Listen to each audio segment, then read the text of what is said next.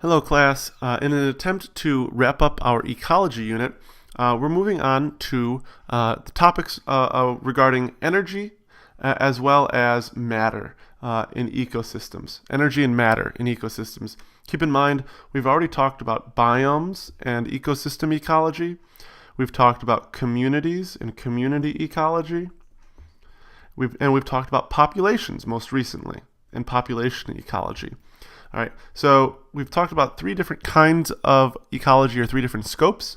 Our last topic is to talk about energy and matter in ecosystems. At the end of this lecture, you again will complete a Google form that you can find on my website. So let's move forward. The diagram you see here should look somewhat familiar. We call it a food web. We've talked a lot about food webs before. And they show feeding relationships in an ecosystem or in a biome. And we know that these arrows, indicate the movement of energy. We know that this particular rabbit gets energy from the grass that it eats. A secondary consumer like a weasel gets energy from the rabbit. And our owl, for example, our tertiary consumer, gets energy from the weasel. However, we're missing something, and we may not be aware that we're missing it. Ultimately, if we're really to draw this correctly, we would draw arrows away from every animal into the environment. And we'd even probably draw some arrows from the plant life as well. These arrows should represent heat. If you were to feel your forehead or to breathe on your hand, what you'll feel is you'll feel warmth.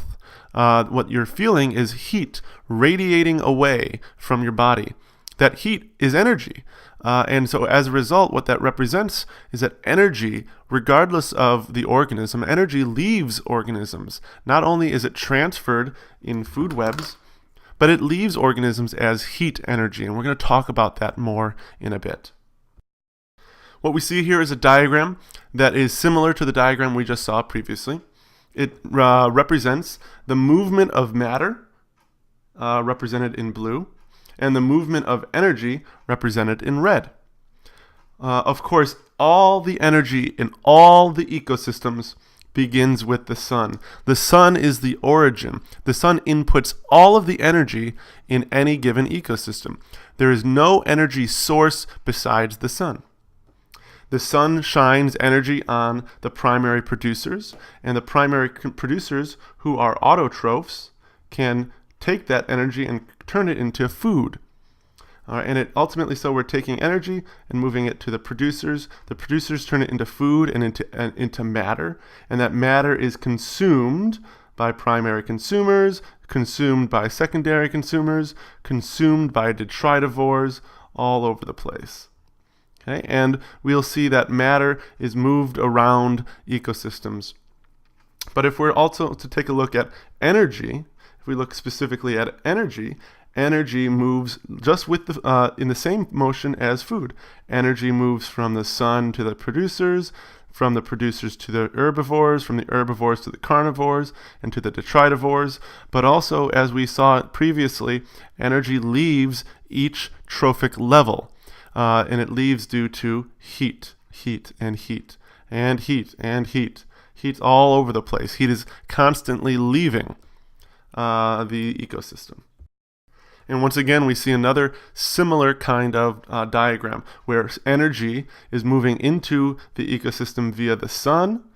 And we see that energy is consistently flowing from one trophic level to the next trophic level, and then it flows away.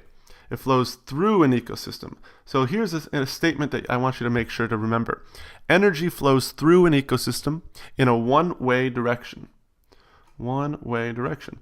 That is to say, once the energy leaves the producers, producers have to get new energy. They can't use previous energy. So they have to get new energy from the sun.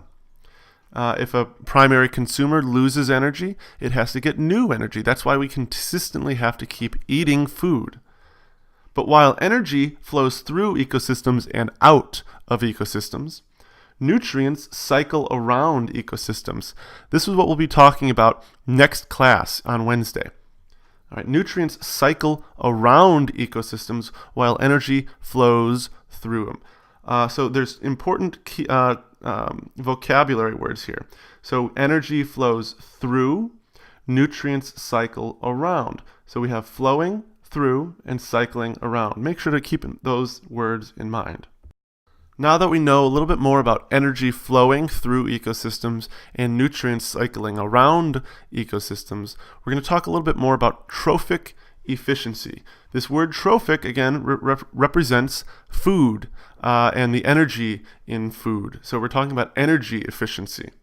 Ultimately, trophic efficiency is defined as, and you might want to copy this down, the percentage of energy transferred from one trophic level to the next. So how much of that, for example, if you're eating beef, how much of that cow's energy are you able to consume and incorporate into your own body?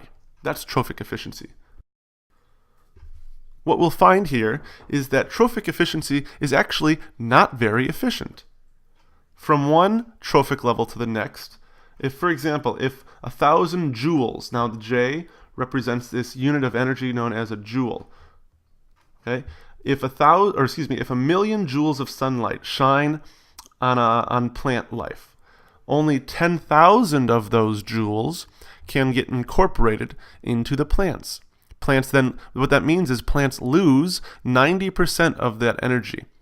So if now the plants contain 10,000 joules of energy and grasshoppers are eating those plants, grasshoppers can incorporate only 1,000 joules of energy, even if there were more joules of energy inside those plants. That means that grasshoppers lose over 9,000 joules of energy due to loss of heat. Same thing here with secondary consumers and tertiary consumers. We see that most energy is lost from moving from one trophic level to the next. It's lost largely as heat as well as waste products. So again, if we're talking about a primary consumer eating a producer, let's imagine that that producer let's imagine that that consumer consumes 200 joules of energy. Let's imagine that that plant represents 200 joules of energy. Well, according to ecology, 67 joules of energy is lost as heat from a process known as cellular respiration. Over 100 joules of energy is lost in feces during waste production. So it's your waste production, or the waste that you pass, contains energy that your body cannot incorporate. So you've lost the opportunity to incorporate those energy. And only about 33 joules of energy is used as growth, is used as new biomass. So again, we see that most of the energy consumed is not actually put into your body. Much of it is lost due to heat or waste. So we see heat over here and waste over here. In general, ecology or ecologists state or name the 10% rule. The 10% rule says in ecology, only 10% of the energy of one trophic level is passed on to the next level. That means that if I consume 100 joules of energy in the form of, let's say, a steak, that means that I can only take in 10 joules of energy that represent that steak. The 10% rule helps explain why we see certain numbers of certain animals. It is why we can see, for example, in a savanna biome, we would see many more giraffes than we would see lions. The reason is that the amount of energy that is represented by the number of giraffes, only 10% of that energy can make its way to the next trophic level. And if only 10% of the energy can make it to the next trophic level, then we would see only 10% of the number of lions as there were giraffes. That means if there were 100 giraffes, that would only be able to support about 10 lions. Likewise, if we saw that there was 1,000 kilograms of plant matter in a biome, we'd only be able to support 100 kilograms of giraffes and 10 kilograms of lions. So, given our knowledge of the 10% rule and of the biomass pyramid that we just saw, we can answer some questions given some information about energy in ecosystems. First problem we'll do together. The question asks, how much energy is available to a tertiary consumer, like a hawk, if 3,400,000 joules of energy is produced by the sun? So let's take a look. What we know is that 3,400,000 joules of energy is produced by the sun, and the sun transports energy to producers, and the producers transport energy to primary consumers, and primary consumers transport energy to secondary consumers, and secondary consumers transport energy to tertiary consumers. So we have to figure out, given the 10% rule, what we know about the 10% rule. So we have to multiply 3,400,000 by 10%. 10% is equal to 0.10. Okay, so because we moved the decimal over 2 spaces. 0.10, so 3,400,000 times 0.10 is equal to 340,000 joules available to producers times times 10%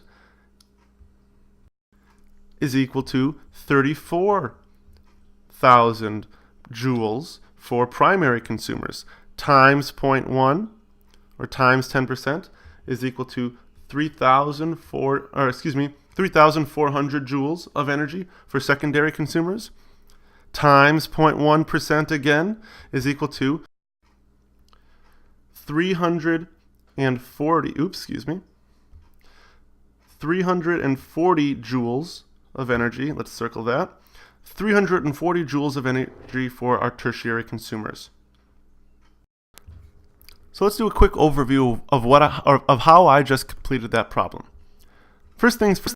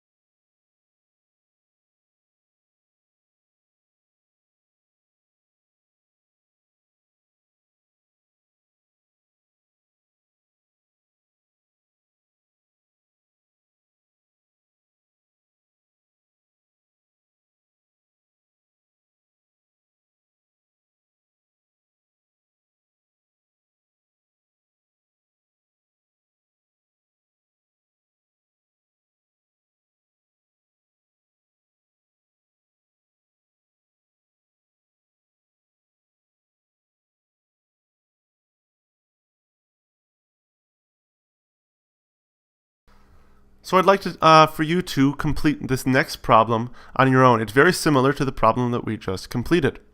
Problem 2 is still similarly about energy and about the 10% rule. So I'd like you to apply the 10% rule here. And this question will appear on your Google form. This question asks, how much energy is available to a primary consumer, like a deer, if plants consume 89,000 joules of energy? Now again, use the 10% rule and ask yourself, how are primary consumers and plants, like producers, related to one another? And then answer this question. after you've answered that question, now you can move on. We'll move on to question number 3, which deals instead of energy, we're dealing with biomass, the amount of mass of living organisms. Okay, and the biomass similarly operates using the 10% rule. The 10% rule usually deals with energy, but that energy can be translated into mass or biomass. So for example, a savanna biome hosts 10 lions. Each of those lions weigh 85 kilograms. What mass of giraffes and grass can this biome support? So we have to refer back to that biomass pyramid that we saw a couple slides ago. So let's take a look. If we have 10 lions, and each lion weighs 85 kilograms, that tells us that we have a certain mass of lions in this biome. That means we have 850 kilograms of lions. And we know that lions represent, or the amount of biomass in lions represents 10%. So that means instead of multiplying by 10%, now we'll divide by 10%. So 850 divided by 10%, or 0.1, is equal to 8,500 kilograms of giraffes. And if we take 8,500 kilograms of giraffe and divide by 10%, we can generate the amount of biomass of grass. And we have 85,000 kilograms of grass. So let's circle our answers here. Here's one answer. Here's a second answer. Let's talk about how we did this. First things first, we know that we have our producers, our primary consumers, and our secondary consumers. So we know that the grass is our producer, the giraffe is our primary consumer, and our lion is our secondary consumer. We know that lions make up 850 kilograms of biomass. We know that 850 kilograms is only 10% of how much we have of giraffes. So that means that the biomass of giraffes will be 10 times larger. So 850 times 10, or divided by 10%, is equal to 8,500 kilograms. And again, the amount of giraffes is 10% of the amount of grass. So we're looking for 10 times more grass than giraffes. So 10 times more would be 85,000 kilograms of grass. So here's one more question for you to complete on your Google form. Problem number 4 similarly deals with biomass. In a temperate forest biome, there are squirrels. And those squirrels eat a total of 7,300 kilograms of nuts. What is the total biomass of squirrels in this forest? So we know that the total biomass of squirrels should be 10% of 7,300 kilograms. You can complete this problem and answer it on your Google form. This represents the end of our lecture on energy in ecosystems. Next class, we'll talk about matter in ecosystems. See you guys next class.